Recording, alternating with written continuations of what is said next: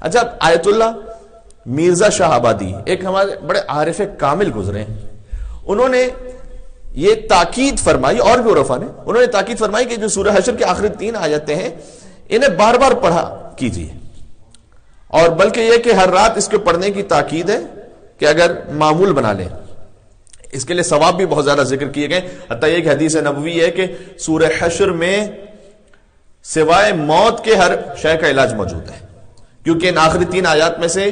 کوئی نام وہ ہے کہ جو اسم اعظم ہے.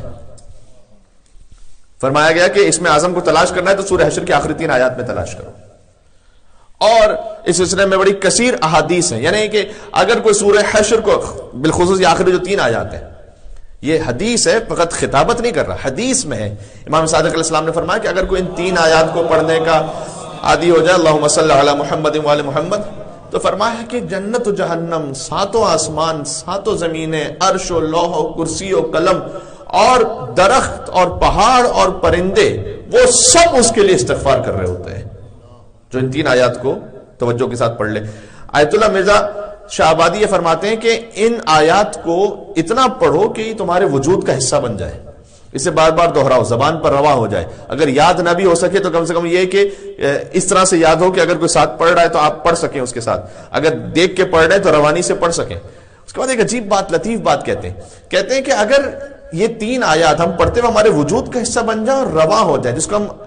فلسفے کی زبان میں، منطق کی زبان میں کہتے ہیں کہ ملکہ بن جائے، ہمارے وجود کا حصہ بن جائے یہ 3 آیات، تو اس کا فائدہ کیا کہتے ہیں؟ سب سے پہلا فائدہ تو اس کا موت کے بعد فوراً قبر کی پہلی رات میں ظاہر ہوگا. کب؟ کہ جب ملائکہ آئیں گے اور سوال کریں گے کہ مر ربک، تیرا رب کون ہے؟ اور کسی نے جواب دینا شروع کیا کہ میرا رب وہ ہے کہ هو اللہ الذی لا الہ الا هو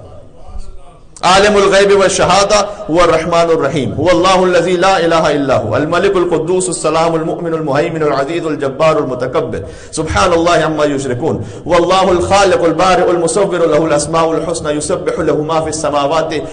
والارض وهو العزیز الحکیم. کہتے ہیں اگر کوئی یہ جواب دے دے ملائکہ کے سامنے کہ میرا رب یہ ہے، تو وہ اتنے مبہوت اور متحیر ہو جائیں گے خدا کی اس تعریف سے اور اس شخص کے جواب سے، کیونکہ یہ تعارف حق ہے بزبان حق، نہ کہ تعارف حق بزبان خلق. دونوں میں فرق ہوتا ہے. بات بازی اور ایک مل کے صلوات بھیجیں محمد و آل محمد پر. اللہم صلی علی.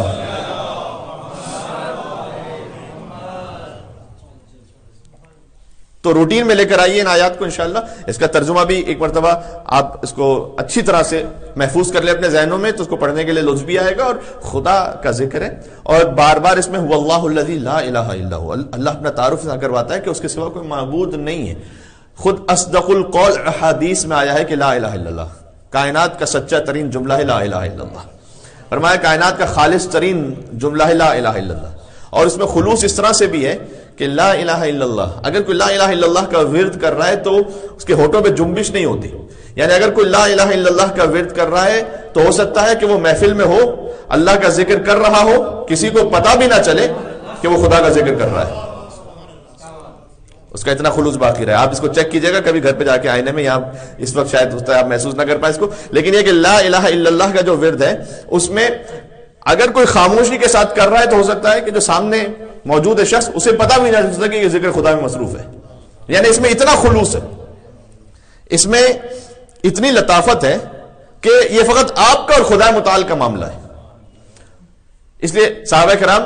کے بارے میں لکھا ہوا ہے تاریخ میں کہ وہ اکثر اس ذکر کو پڑھا کرتے تھے. اب ظاہر ہے کہ صحابیت میں اور امامت میں فرق تو ہونا چاہیے، اور وہ فرق یہ ہے کہ صحابہ کرام اس ذکر کو پڑھا کرتے تھے، اور ابن ابی العدید معتزلی نے ابھی کچھ دنوں پہلے پھر سے میں نے اس بات کو پڑھا، شرح نہج البلاغہ میں لکھا ہے کہ جب امیر المومنین اپنے گھر سے باہر نکلتے تھے تو ان کا رخ انور ایسا تھا کہ لوگ علی کے چہرے کو دیکھ کر کہنے لگتے تھے کہ لا الہ الا اللہ ما اشجع ھذا الفتى، لا الہ الا اللہ کتنا شجاع ہے یہ جوان، لا الہ الا اللہ ما اشخى ھذا الفتى، لا الہ الا اللہ کتنا سخی ہے یہ جوان، لا الہ الا اللہ ما اتقى ھذا الفتى، لا الہ کتنا متقی ہے یہ جوان. تو صحابہ کرام زبان سے ذکر وہ کہتے تھے، اور علی کا پورا وجود ایسا تھا کہ ان کا وجود مقدس جب کوئی دیکھ لیتا تھا، ان کا روح انور، تو اس کی زبان سے لا الہ الا اللہ جاری ہو جاتا تھا۔ دیکھیں تمام انبیاء کا کام کیا تھا، وہ آئیں اور انسانوں سے لا الہ الا اللہ کہلوائیں۔ تو جو تمام انبیاء کی تبلیغ تھی وہ علی مرتضیٰ کے چہرے سے روشن اور عیاں ہو جاتی تھی۔ تو لا الہ الا اللہ، اور اس کے بعد خود لا الہ الا اللہ میں تفصیل ہے کہ لا الہ الا اللہ ایک کلمہ ہے، لیکن یہ کلمہ طیبہ فرمایا کہ شجرہ طیبہ کی طرح ہے۔ سورہ ابراہیم میں آیت موجود ہے یہ، یعنی یہ کہ لا الہ الا اللہ پھر اپنے سارے اثرات رکھتا ہے۔ کوئی معبود نہیں سوائے خدا متعال کے۔ یعنی جب ہم نماز میں کہہ رہے تھے اللہ اکبر، تو یعنی کہ میں اور کسی طاقت کو تسلیم نہیں کرتا سوائے خدا متعال کی طاقت کے۔ میں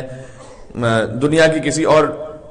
جھوٹی عزت کے سامنے، کسی شہرت کے سامنے، کسی مقام کے سامنے اس قوت کو، یعنی اپنے اس عقیدے کو سرنڈر کرنے کو تیار نہیں ہوں کہ لا الہ الا اللہ خدا متعال، وہ اس کے سوا کوئی معبود نہیں ہے۔ جب ہم کہتے ہیں نماز میں اللہ اکبر تکبیرۃ الاحرام، تو 7 مرتبہ مستحب ہے کہ، یعنی 6 مرتبہ تکبیر، 7ویں مرتبہ واجب کی نیت سے کہیں اللہ اکبر اللہ اکبر اللہ اکبر اللہ اکبر اللہ اکبر، یہ مستحب ہے کہ 7 مرتبہ تکبیر کہہ کے نماز کا آغاز کریں۔ ہمارے ایک دفعہ اللہ اکبر کہہ کے آغاز کرتے ہیں، ورنہ 7 مرتبہ، یعنی 6 واجب مستحب کی نیت سے کہیں اور 7ویں پھر واجب کی نیت سے تکبیرۃ الاحرام کہہ کے نماز کا آغاز کریں۔ تو اس کا بھی فلسفہ علماء نے یہ لکھا ہے کہ اللہ اکبر اللہ اکبر اللہ اکبر، یعنی خدا بڑا ہے اور خدا بڑا ہے اور خدا بڑا ہے، یعنی یہ کہ میری اپنی طاقت،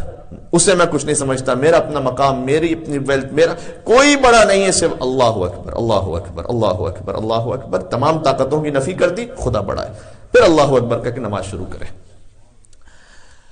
میں نے عرض کیا کہ سورہ حشر کے لیے روایات میں احادیث ہیں